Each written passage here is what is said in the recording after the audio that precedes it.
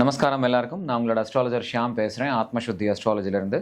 இன்றைக்கி நான் பேசக்கூடிய ஒரு தலைப்பு அப்படிங்கிறது வந்து ஜென்ரலாக பரிகாரங்களை பற்றியும், இப்போ ஒரு தேவதாவை, அதாவது ஒரு சுவாமியை வேண்டிண்டா என்ன மாதிரி ரிசல்ட் வரும் அப்படிங்கிறத பற்றியும் வந்து நான் பேச போகிறேன். நிறையா பேருக்கு வந்து என்ன ஒரு விஷயம் புரியாது அப்படின்னா, நம்ம ஊரில் அதாவது எந்த சுவாமியை வேண்டிண்டாலும் நம்மளுக்கு வந்து எல்லா பலனும் கிடைக்கும் அப்படின்ட்டு ஜென்ரலாக பொத்தாம்பொதுவாக ஒரு வந்து பேசி அதுவே ஒரு வழக்கத்தில் வந்து எல்லாரும் நம்பின்னு இருக்கிறதும் உண்டு. அதாவது என்னுடைய குரு வந்து அடிக்கடி சொல்வார், பரமாத்மா அப்படிங்கிறது வந்து ஒன்று தான். பட் அந்த பரமாத்மாவை வந்து டைரெக்டாக நம்மளால் வந்து அக்சஸ் பண்ணுறதோ உணர்றதோ இல்லை அதை வச்சு நம்ம லைஃபுக்கு வேணுங்கிற விஷயங்களை வந்து செய்கிற அளவுக்கு நம்மளுக்கு வந்து அந்த தகுதி கிடையாது. ஸோ அப்போ கடவுள் என்ன பண்ணுறாரு அப்படின்னா, ரிஷிகள் வழியாக தன்னை வெவ்வேறு எனர்ஜி ஃபார்மாக வெவ்வேறு ஆஸ்பெக்ட் ஆஃப் த லைஃபுக்கு ஏற்ற மாதிரி மனுஷா நம்மளை யூஸ் பண்ணிக்கிற மாதிரி கடவுள் வந்து அவருடைய எனர்ஜியை வந்து பிரித்து ஸ்ப்ரெட் பண்ணி நம்ம உலகத்துக்கு வந்து ரிஷிகள் வழியாக வழங்கியிருக்காரு. அதுதான் ஃபார் எக்ஸாம்பிள் வந்து என்னென்னா, ஒரு காரிய சித்தி வேணும்னா மகா கணபதியை வேண்டிக்கணும், நல்ல படிப்பு வரணும்னா சரஸ்வதியை வேண்டிக்கணும், அதே மாதிரி நல்ல ஆரோக்கியம் வேணும்னா தன்வந்திரியை வேண்டிக்கணும், நல்ல ப்ராஸ்பெரிட்டி வேணும், பைசா வேணும் அப்படின்னா மகாலட்சுமியை வேண்டிக்கணும் அப்படின்னு ஆஸ்பெக்ட்ஸ் ஆஃப் த லைஃப்பை பிரித்து அதை ஒரு தேவதாவோட எனர்ஜியோட கனெக்ட் பண்ணி அந்த தேவதாவை நீங்கள் வேண்டின்றேன்னா அந்த எனர்ஜி ஆகர்ஷணம் ஆகி அந்த ஆஸ்பெக்ட் ஆஃப் த லைஃப் வந்து உங்களுக்கு நல்லபடியாக சித்தி ஆகும் அப்படின்ட்டு வச்சிருக்கா. இது வந்து தேவத யோகான்னு வந்து என்னுடைய குருகிட்ட நான் கற்றுனது. என்னுடைய குருவுக்கு நான் வந்து எப்போவுமே ரொம்ப ரொம்ப தேங்க்ஃபுல்லாக இருப்பேன். அவர் வந்து ஸ்ரீ கேபி கோபாலகிருஷ்ணன் அவர்கள். அவர் வந்து அவருடைய சின்ன வயசு 20-21 வயசுலேயே வந்து இந்த தேவத யோக பிரின்சிபலை வந்து கண்டுபிடிச்சவர் அவர். அதாவது எத் தேவதா தத் பாவா அப்படின்ட்டு அடிக்கடி சொல்லுவார் அவர். விச் மீன்ஸ் நம்ம எந்த தெய்வத்தை வணங்குறோமோ அந்த தெய்வமாகவே வந்து அந்த தெய்வத்தினுடைய குவாலிட்டிஸும் அந்த தெய்வத்தினுடைய எனர்ஜியும் வந்து நம்ம லைஃபாகவே அப்படியே மாறிடும். ஸோ பீப்புளுக்கு வந்து என்ன விஷயம் புரியாது அப்படின்னா, அவள் வந்து எந்த தெய்வத்தை வேணாலும் எடுத்து வச்சுக்கலாம் அப்படின்ட்டு ரொம்ப ஈஸியாக ஹேண்டில் பண்ணிட்டு இருப்பா. அதுக்கு உதாரணம் வந்து நீங்கள் ரொம்ப உக்ர தேவதாவை வந்து நீங்கள் வேண்டின்றேன்னா அதுக்கு வந்து நிறையா பலி கொடுக்க வேண்டியிருக்கும். ஃபார் எக்ஸாம்பிள் அது வந்து பைரவராக இருக்கலாம், பத்ரகாளியாக இருக்கலாம், பிரத்யங்கராவாக இருக்கலாம், சரபேஸ்வரராக இருக்கலாம். இந்த மாதிரி தேவதாவெல்லாம் எடுத்து வச்சுட்டு லைஃப் ரொம்ப பீஸ்ஃபுல்லாக இருக்கும் அப்படின்னு நீங்கள் நினச்சேன்னா அது கண்டிப்பாக நடக்காது. அதுக்கு எத்தனையோ உதாரணங்கள் இருக்குது. சே ஃபார் எக்ஸாம்பிள், எனக்கு தெரிஞ்ச ஒரு மாமி வந்து அவளுக்கு வந்து 3 பசங்க. அவள் ஜென்ரலி என்னென்னா லலிதா சகஸ்ரநாம பாராயணம்ங்கிறதும் லலிதா சகஸ்ரநாம பூஜைங்கிறதும் வந்து கிட்டத்தட்ட ஒரு 30 வருஷமாக பண்ணியிருக்கா. அவள் வந்து வைஷ்ணவை ட்ரெடிஷனில் வந்தவா. அந்த மாமிக்கு வந்து லலிதா பண்ணால் என்ன ஆகும் அப்படிங்கிறது தெரியாது. லலிதா சகஸ்ரநாமம் பண்ணுறவா வீட்டில் வந்து என்னென்னா, பொண்கள் இருந்தான்னா ஓஹோன்னு வருவா லைஃப்பில் நல்லபடியாக. பட் அதுவே பசங்களோ அவாத்து ஹஸ்பண்டோ இல்லை அவாத்து அப்பாவோ அந்த மேல் ஃபிகர்ஸ் ஆஃப் த ஃபேமிலி எல்லாரோட லைஃப்பும் அப்படியே பலி ஆகிடும். ஏன்னா நீங்கள் பண்ணுற சாதனா வந்து தந்திர சாதனா, தாந்திரிக் சாதனா.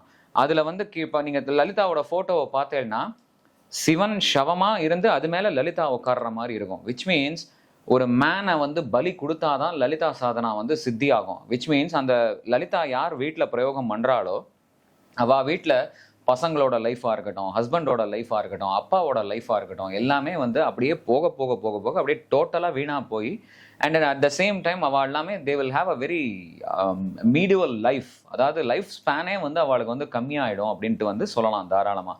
இது வந்து ஒரு ரொம்ப முக்கியமான ஒரு உதாரணம். அவள் ஆன் த கான்ட்ரரி வந்து லலிதாவுக்கு பதிலாக மகாவிஷ்ணு எடுத்து வச்சு பண்ணியிருந்தான்னா அவள் லைஃப் வந்து பசங்களோட லைஃபு, ஆற்றுல இருக்கக்கூடிய எல்லாருடைய லைஃப்பும் வந்து ரொம்ப ரொம்ப ஓகோன்னு இருக்கும்.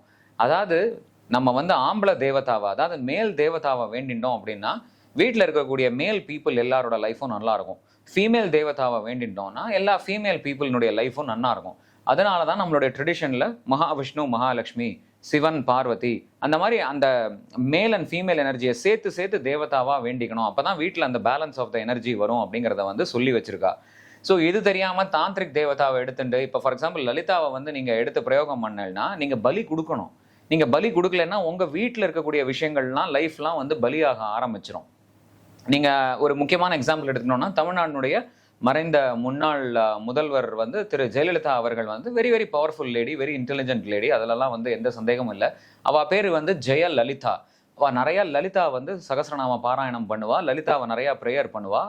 அதனால தான் அவள் அவ்வளோ பவர்ஃபுல்லாக இருந்தா. பட் த ப்ராப்ளம் இஸ் அது பவர் எந்த அளவுக்கு அவள் லைஃப்பில் தந்ததோ அந்த அளவுக்கு பிரச்சனைகளும் பலியும் நிறையா நடந்திருக்கு அவள் லைஃப்பில். கடைசியாக அது என்ன ஆகும் அப்படின்னா, ஒவ்வொரு விஷயமா லைஃப்பில் பலியாகி பலியாகி பலியாகி பவர் நல்லா சஸ்டெயின் ஆகுமே தவிர மீதி எல்லா ஆஸ்பெக்டையும் காவு வாங்கிடும் அது.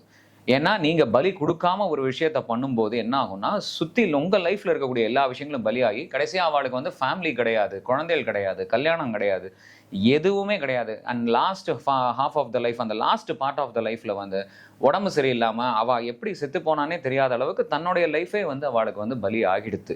ஸோ அது வந்து ஒரு முக்கியமான எக்ஸாம்பிளா வந்து நம்ம சொல்லலாம்.